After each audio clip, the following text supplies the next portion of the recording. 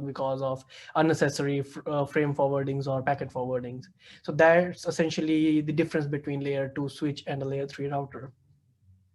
So as we know that the switching works on layer 2 of the OSI model, which essentially takes frame as an input. So frames that are coming to a specific port, they are called ingress ports. So if a frame is entering an interface by a particular port, say if in this example, if it is coming to port number 1, the port number 1 would be the ingress port. It have addresses, MAC addresses. So these are just for the sake of showing actual MAC addresses of more number of bits.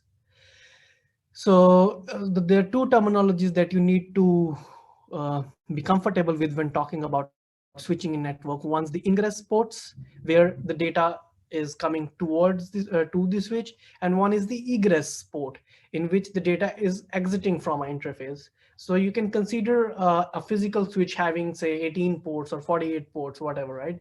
So if we connect one cable to one port, and if the data is coming from that cable and through that port, so that will be the ingress port for the switch, right? And if it is the switch now forwards the data to, say, some other port, some third or fourth port, or some or it will forward the packet to all the other ports, then those will be the egress ports, because the data is exiting out of that interface. So the switch forwards based on egress interface and the destination MAC address. For example, let's see if the incoming data is coming on port 1, which has the MAC address of EE. And if it says that the data is destined for EA, right? EA MAC address, because in frame you have source MAC address, you have destination MAC address. So if the data is outbound for EA, it will check from the port table like which port is EA associated with. Now it checks that it associates it with port 4, then it would not forward the data to all the ports, but it would forward the data to port 4. That's how the ingressing and egressing works. So switch uses its MAC table to make the forwarding decision. This is very important. So MAC address table, we will also go about that in a minute, how it is populated, how it checks, and what is it used for. Important point to note in here is that a switch will never allow traffic to be forwarded out of the interface that it received. So for example, if the data was received at interface or port 1, it will never forward the data to the same port, right? Uh, if you talk about frame header, you will have studied in CE 155 as well. Like the structure of the frame, it contains source address, it contains destination address. So source address is used to build, or the destination address as well is used to build this MAC address table. We'll essentially be learning about that. Okay. So if we talk about the switch address MAC table, initially it's empty. When you turn on a switch and it has no devices connected to it, it's empty. And it uses destination MAC address to determine the egress interface. Uh, so essentially whatever port is the data coming from, and whatever the source address or source MAC address is associated with that, it will put that in its MAC address table. And if the frame would have a destination MAC address, right? And this is also used to populate the MAC address table. I'll show you in a video. But again, as I was saying, so when we switch on a a new switch, when we put it or we turn it on, everything is empty. Its MAC address table is empty. And when you connect devices to it, when the devices starts to send the data from that switch, then this MAC address table starts to populate, right? So before a switch can make this decision, or what decision we were talking about, we're talking about where to send the data frame to. It must learn what interface the destination is located. A switch builds MAC address table as it is stored in a very fast memory, which we call as content addressable memory. This is very fast. It does computations in, say, microseconds and milliseconds of time frames. So this is also called MAC or CAM table rather than MAC address table. Mostly we'll use the terminology called MAC address table, but if you are reviewing some literature or studying from some other material as well, you might as well see some of the terms related to CAM table. So CAM table is essentially same. right? So CAM is a special memory which is used in high-speed searching applications. As MAC address tables or decisions needs to be very fast, so we store these MAC address tables into this memory called CAM memory. So how does it learn? This is essentially the basic step of populating the MAC address table. So switch uses what we call like learn and forward method. So first, it has two steps, step 1 and 2. In the very first step, it would learn, and in the second step, it would forward. So to learn, it examines the source address. Because your data would be coming to a specific port using some cable or device, and it would have source address associated with it. It uses these two things to learn about the source or to populate the source MAC addresses. So it adds the source MAC address if it is already not in the table, as I was suggesting. So if we just turn on a switch, it would not have anything. So it will add the MAC address in the table. But if the switch has been turned on for quite some time, if there has been data frames going in and out of the switch, then it would have its somewhat populated MAC address table. Then it relearns. So if a source MAC address is coming from a specific port, this resets the timer in the MAC address table back to 5 minutes, and it refreshes itself, say in the time durations of 5-minute intervals. So once we have a fresh source MAC address, if it is again in the list, the timer will be reset to 5 minutes, so that we know that whatever MAC address table is populated, it is the latest one, right? So this is how it learns. In step 2, to examine how it forwards, it again depends upon the destination addresses. So if the destination MAC address is in the switch MAC address table, it will forward out to that very specific port number, right?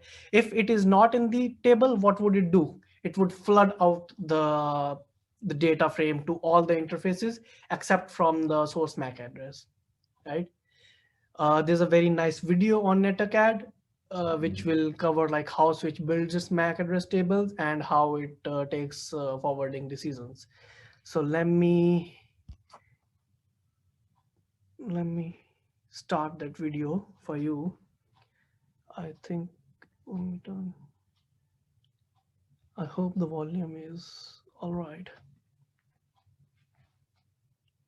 In this video, PCA is going to send an Ethernet frame to PCB, and PCB is going to send an Ethernet frame to PCA.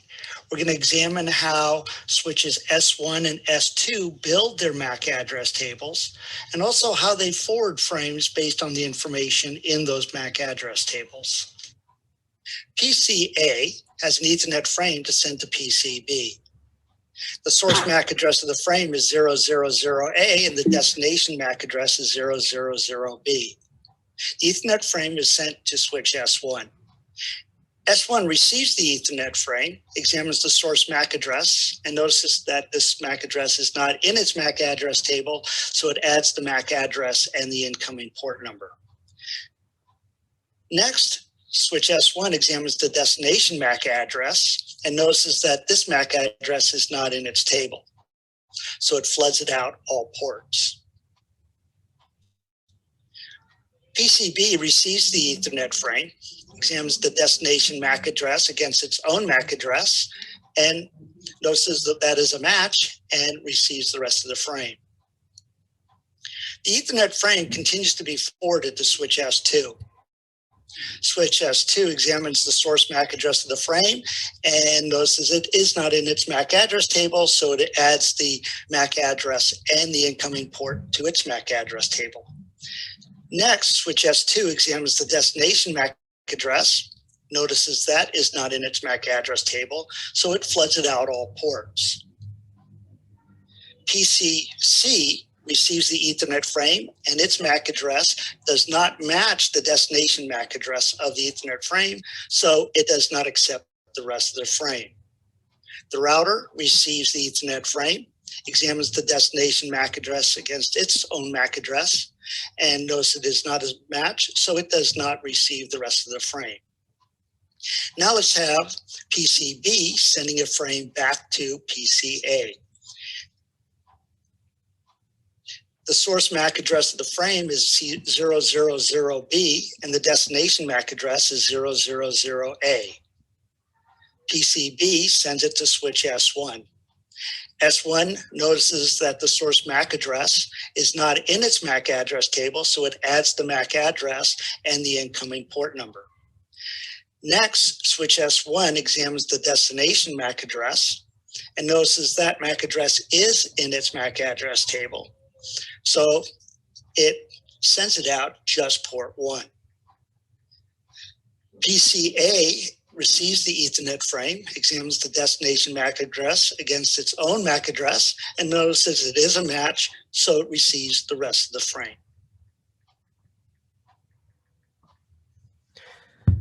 Okay, so that was that. Let's go back to the PowerPoint. So one of the questions that has been put in the question and answer is that can we have more than one device connected to a switch's interface? So if by interface you mean, or you're referring to this video, it was the port, right? So you can only have one cable put into that port. So if it is your end device, you'll only have one device. But if you would have your switches or wireless media cables or routers as well, so if you have those intermediary devices, that could be used to have more number of devices to send the data to the same port, not essentially have physical connection to that port, but send the data to the same port. Okay, I hope that answers. So this video was quite good to see how the MAC address tables were built and how they are used to forward the frames, right? Now let's consider the switching forwarding methods. There are essentially two methods. So switches use software on, say, application specific integrated circuits known as ASICs to make very quick decisions. It will use either of the two methods as shown in the slide. So the very first method is named as store and forward, and then the second one is the cut through switching. So as the name specifies, store and forward, what do you think it would do, right? It would first store all the details of the packet, the complete frame, and then would forward. And in the cut through, it cuts the chase and it just starts sending the frame as soon as it receives the destination MAC address. So the store and forward switching receives the entire frame. Yes, we just discussed that, and ensures that the frame is valid. And what do you mean by the valid frame? It means that it should pass all the necessary checks. So those checks are performed by 2 3 methods. So one of the very common one is the FCS. So if you have learned about the Ethernet frame, and in the video as well, we saw that there were 4 or 5 bits to it. One was source MAC address, one was destination MAC address, and the end one was FCS. So that FCS is the frame check sequence, and it checks for associated errors.